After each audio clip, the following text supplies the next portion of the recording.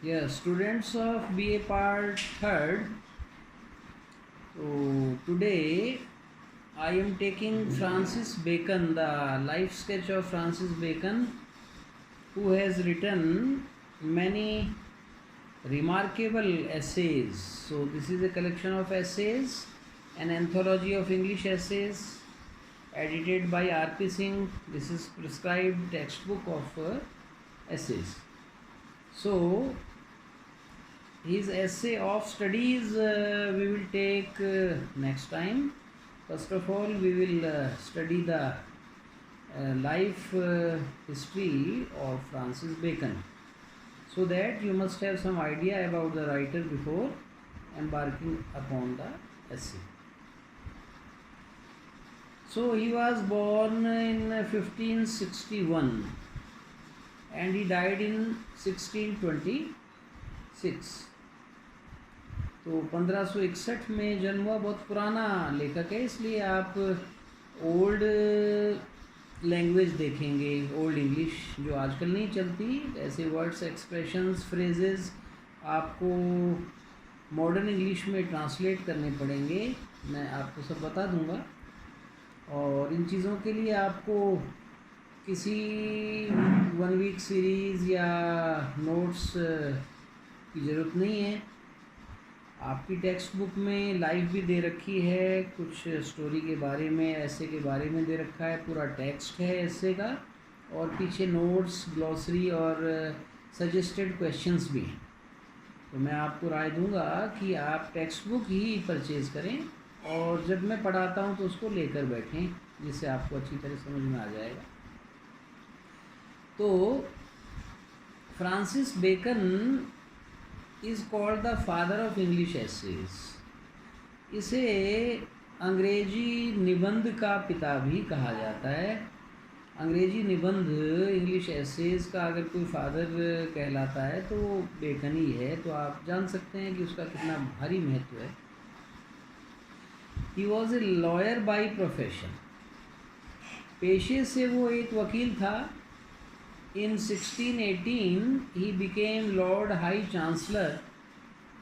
1618 में वो Lord high chancellor हो गया with the dignity of Baron Verulam और बैरन वेरुलम और later of Viscount Saint Albans. तो सामंतशाही युग था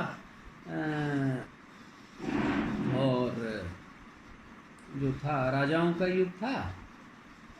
तो ये बहुत ऊपर तक गया, और डिग्निटीज़ कहते हैं, बहुत ही जो प्रतिष्ठित सामंत थे उस समय के, एक प्रकार से जो जागीरदार और जिनको मंत्री कहा जा सकता है, तो उनके साथ भी इसने कार्य किया.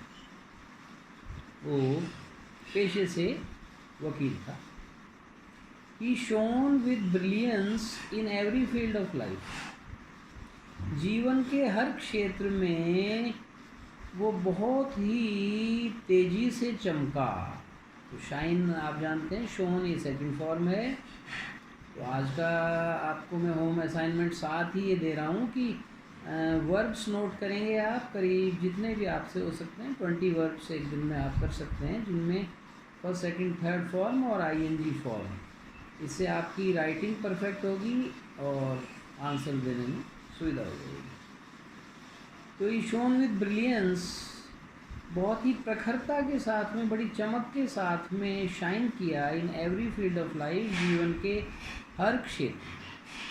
बहुत से लोग ये ऐसे होते हैं, जीवन के किसी भी क्षेत्र में उपलब्धि हासिल नहीं कर सकते, आलसी होते हैं, निकम्मे होते हैं.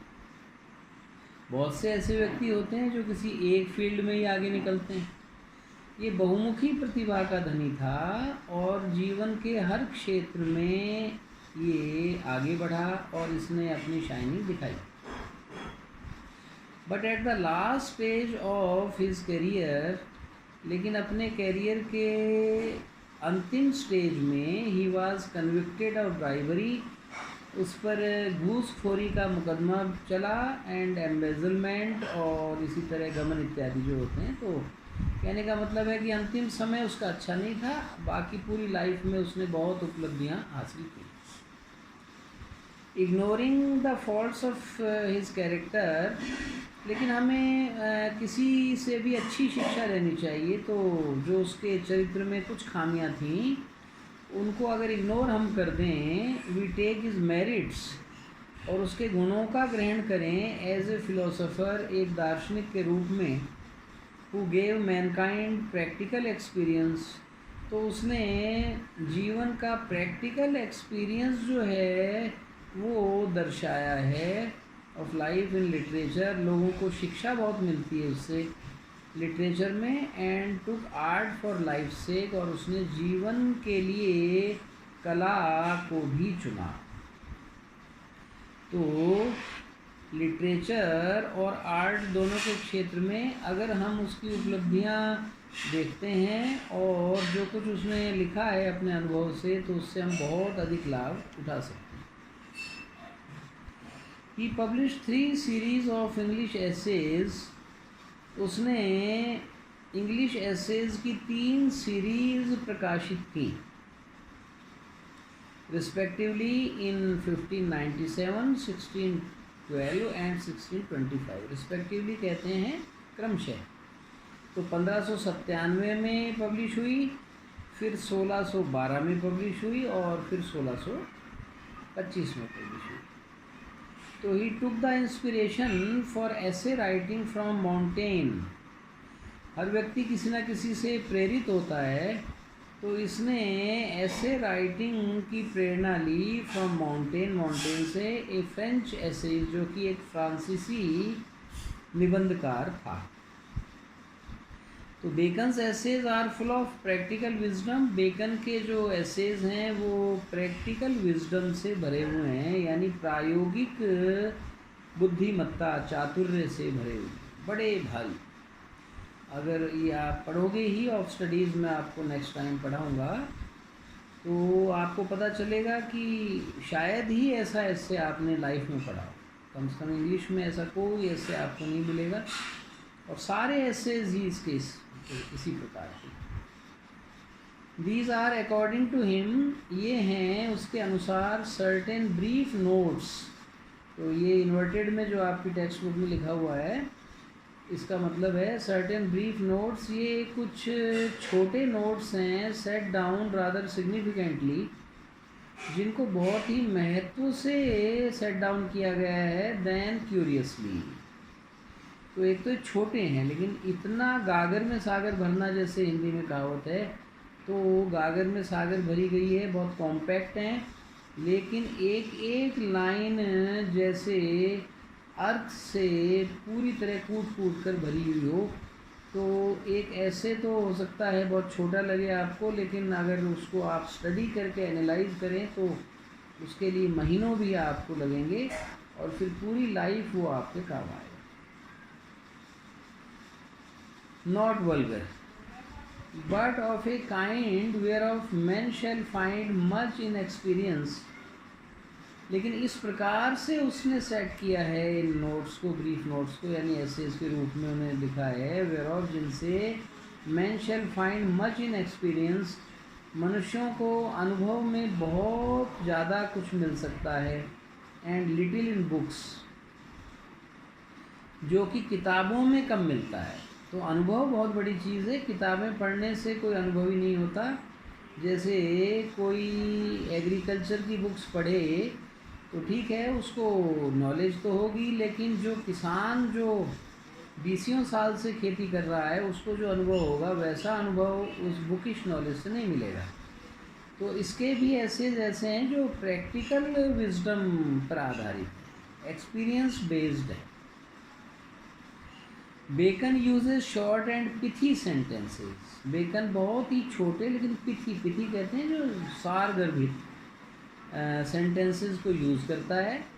ल्यूसिड मेथड एक बहुत ही क्लियर मेथड है इसका, एंड इलोक्वेंट लैंग्वेज, और जो भाषा है वो बड़ी अलंकारिक है, इलोक्वेंट है, बहुत ही सुंदर भाषा है। Most of his sentences seem to be proverbs. इसके ज़्यादातर सेंटेंस ऐसा लगता है प्रोवर्ब्स हों, कहावतें हों। तो ये बहुत ही बड़ा निबंधकार है। Besides the 3 series of essays, जो ऊपर मैंने बताया 1597, 1612 और 1625 में 3 सीरीज़ उसकी पब्लिश हुई थी। बिसाइड्स का मतलब इन एडिशन टू दैट, उसके अतिरिक्त भी बेकन्स चीफ वर्क्स, जो बेकन की मुख्य रचनाएं हैं, are Novum Organum, the advancement of learning and the history of the reign of Henry seventh. तो ये उसने कुछ और रचनाएं लिखी हैं। तो कुल मिलाकर एक बहुत बड़ा राइटर है, और इसको पढ़ने से आपको बहुत कुछ मिलेगा। तो होम असाइनमेंट आज का केवल आपको मैं वर्ब्स का दे रहा हूँ, आप वर्ब्स लिखें। नेक्स्ट मेरा जो मैं पढ़ाऊँगा वो इसी फ्रांसिस बेकन की ऑफ स्टडीज़ होगा, जो आपके कोर्स में प्रिस्क्राइब्ड है, और जिससे आपको बहुत भारी शिक्षा मिलेगी। आपको ऐसा लगेगा कि वास्तव में, और फिर ये ऑफ स्टडीज़ जैसा कि टाइटल भी बता रहा है कि स्टूडेंट से रिलेटेड है, तो आपसे ये डायरेक्टली रिलेटेड भी है, क्योंकि आप स्टडीज़ कर रहे हैं और इन दिनों ऑनलाइन स्टडीज़ आपकी हो रही हैं, और उसका लाभ हमें पूरी उम्मीद है कि आप सभी उठा रहे होंगे जो लिटरेचर के स्टूडेंट्स हैं। तो ये आपको आगे भी बढ़ाएगा, यानी ये एक ऐसा एस्से है जो आपको दिशा देगा कि हमें स्टडीज़ किस ढंग से करनी चाहिए, स्टडीज़ का क्या महत्व है, स्टडीज़ क्या पर्पज़ हल करती हैं। तो ये सारी चीज़ें आपको पता चलेंगी। तो फ्रांसिस बेकन के जो लाइफ स्केच है, इससे अब ये एक ऐसा फाउंडेशन है जिस पर फिर आप की समझ बड़ी अच्छी तरीके से विकसित होगी।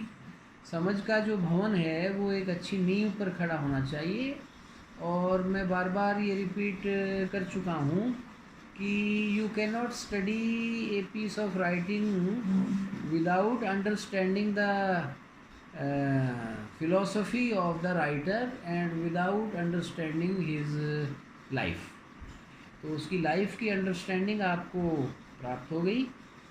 अब मैं थोड़े नोट्स भी आपके इस ऐसे के नीचे पेज नंबर 33 पर दे रखे हैं, वो भी बता देता हूँ। ऑफ स्टडीज़ रिफ्लेक्ट कर रहा है बेकन्स ल्यूसिडिटी ऑफ मेथड। जो क्लैरिटी है मेथड की, वो इससे जाहिर होती है, रिफ्लेक्ट होती है। It proves his view on essays, और ये उसके विचारों को प्रूव करता है जो उसके ऐसे में हैं। To be counsel civil and moral, counsel कहते हैं advice, civil and moral, civil का मतलब है नागरिक यानी सार्वजनिक तौर पर, एंड मोरल का मतलब नैतिक। इन दिस ऐसे, इस ऐसे में द पर्पस, जो पर्पज़ है, द यूज़, जो यूज़ है, द एब्यूज़, जो दुरुपयोग है। तो पर्पज़ का मतलब है उद्देश्य, यूज़ का मतलब उपयोग, एब्यूज़ का मतलब दुरुपयोग, and the result of studies, और जो स्टडीज़ के रिज़ल्ट हैं, यानी पढ़ने का क्या फ़ायदा है, क्या फ़ायदे नुकसान भी हैं, दुरुपयोग भी हैं, कई लोग कर सकते हैं पढ़ाई का भी दुरुपयोग, आर मेड क्लियर, इन चीज़ों को स्पष्ट किया गया है। So next time we will take up this essay. Thank you, that's all.